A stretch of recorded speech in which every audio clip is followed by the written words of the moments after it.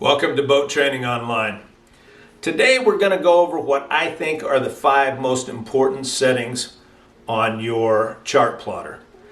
And before you get wrapped around the axle, because I'm not going to talk about your particular make or model, understand that these are universal settings. Every plotter has them.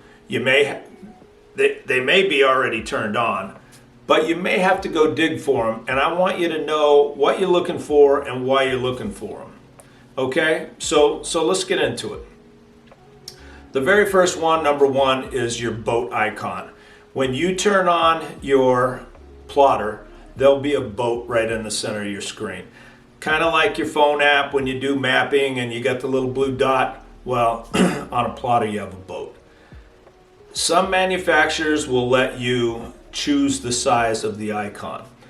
My recommendation is that you pick the smallest one. Why? Because that icon can cover things up. If you're going into a gate, it may cover up one of the buoys.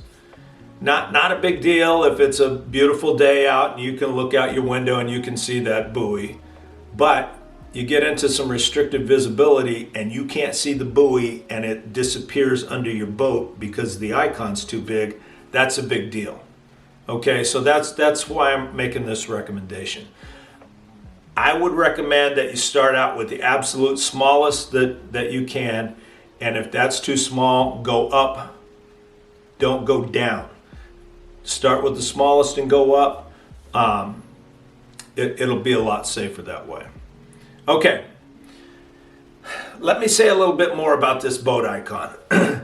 That position is fixed. You're getting a fix. GPS is fixing that position all the time. So where that boat is where you're at. That's huge. I mean, I make this statement all the time that I think these chart plotters are number 2 to a life jacket. And that's one of the reasons, because you know where you are all the time. So, good deal. Use the smallest icon you can. Number 2, there's a heading line. If you look at my chart, you'll see a black line going right off the bow, and it goes right off the end of the chart plotter. So no matter what scale you're on, it's going across the chart plotter, and that's where your heading is. That's where the pointy end is pointing.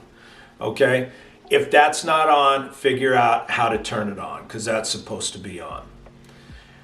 It is really helpful when you're making an approach on a dock or whatever. You can look down and see relative to what's going on here. You know what your heading flash is. Next to that, again, if you look at my chart, is a relative heading flash. It's also called set and drift. It's what is going on here is you're in a liquid environment and seas are going to affect you, wind's going to affect you, current's going to affect you. Well, the GPS is calculating all that and it's saying, well, this is actually, you're pointing this way, but this is actually where you're going. So maybe you're 5 miles out from coming into your harbor. You want to be steering on that blue line. It doesn't matter where the heading is. This is called crabbing. It's where you're going to actually end up, not where the point end's pointing, okay? So both of those things are really important. If they're not on, figure out how to turn them on. All right, number 3. Number 3 out of the list of 5 is, I think, one of the most important ones. It's called your navigational draft. Now, we've talked about draft before. Draft is from the water line to the bottom of the keel. That's how much water you draw. It could be 2.5 foot, it can be 4 foot, but it's whatever your boat draws. Navigational draft is your draft adding some fudge factor in there. Put a little bit more. If you draw 4 foot, make your navigational draft 6 foot. That gives you a buffer so that you're not going to run aground. Or the likelihood of running aground is diminished because you've given yourself a fudge factor in there. This is critical. Now look on my chart here and you can see that there's dark blue and there's light blue. The dark blue is your navigational draft. What these manufacturers have done is put this light blue in. It's kind of like a rumble strip on a highway. It says, hey, listen, man, you're getting close to your navigational draft. You really need to start paying attention. So let's bring back the boat icon. That your position is fixed. You know where you're at, and you're coming up on your navigational draft. You need to slow down. You need to, if you're doing 30, 40, or 50 knots and you run aground, anybody who's in the front of the boat is going out and they're going to be in the water. You're going to be peeling yourself off the console. So this is again why I say these pieces of gear are so vitally important. It warns you that you're getting ready to get into some dangerous territory here. Slow down, figure out what's going on, proceed with caution. All right, again, you're going to have to manually enter this because every boat's different. The manufacturers can't dictate what your draft is. You're gonna do it, but do not put your draft in. Put your navigational draft in. Add to it. The downside, if you will, if you make it too deep, the whole thing will be blue. It's good to just put a couple feet, 2, 3, whatever, and see how it works. If you think you need more, add to your navigational draft. If you think you've got way too much blue out there and you're having to be way too cautious, well, click it down a little bit. But that's what's going on here, and it has to be set. This is one of those that you're not going to get turned on for you. All right, now number 4 is your display. You can either be in north up or you can be in heads up. When you're in north up, the top of the screen is always pointing to the north. And the boat moves around. The chart plotter stays exactly where it's at, your chart stays where it's at, and your boat moves. Okay? In heads up, it's just the opposite. Wherever the boat is pointing is the top of the screen, and the chart moves. You look out the window, and whatever you're looking at is the top of the chart. My recommendation is north up. You need to figure out where north, south, east, and west is. You need to figure these things out. You won't do that in heads up. Heads up, you're really not learning anything. And again, when we get into these emergency procedures and so on and so forth, as you become more of a sailor, you're going to figure out that this stuff is pretty important. My recommendation right off the bat is put it in north up. I will also admit to you, new boaters love heads up because it's easier. What you see is what you get. Do yourself a favor and just put it in north up because it's going to pay down the road. All right, my recommendation. Last, number 5 is current and tide tables.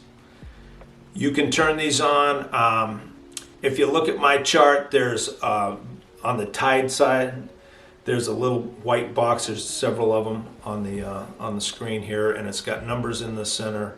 They almost look like a boat. I'm not really thrilled with this particular one because they kind of do look like boats, but it's an arrow with the speed of the tide speed of the current rather. And it's another piece of the puzzle. It's important for you to know what's going on with you, to know why your boat's doing what it is. The tide tables or tide stations, usually you have to roll over, put your cursor over and press on it, and a pop-up will come in with the state of the tide and where you're at in it. And again, another piece of the puzzle, good information. Especially full moons, you get extreme highs and you get extreme lows. The extreme lows will get the bottom of your boat ripped off if you're not you're not paying attention. So that's my 5. Your boat icon, your heading and your relative heading flash, your navigational draft, north up, and your tide and current stations. I'm going to give you a couple bonuses here though. On my particular plotter, the last one that I had, they had like a smorgasbord that you could pick 4 from. And if you look at my chart, here's some of, if you look at the very top of the page, I have my latitude and longitude in there. And the reason I do that is, you know, I was a first responder. I always had to give my position for whatever. It's not a bad idea for you to do the same thing, because we're going to get into emergency procedures and you may have to give your position, and it's nice to have that displayed right there where you're not even thinking about it. I know it was for me. Okay, next, I always want my depth on there. I want to know how much water's under my keel. Enough said about that. The second is speed over ground. You want to know how fast you're going. That's another pick.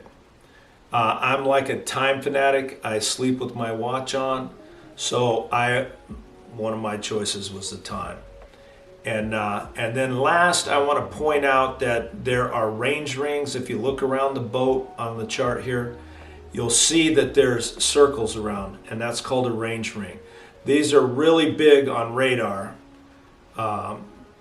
But the plotters are also, they have them on there.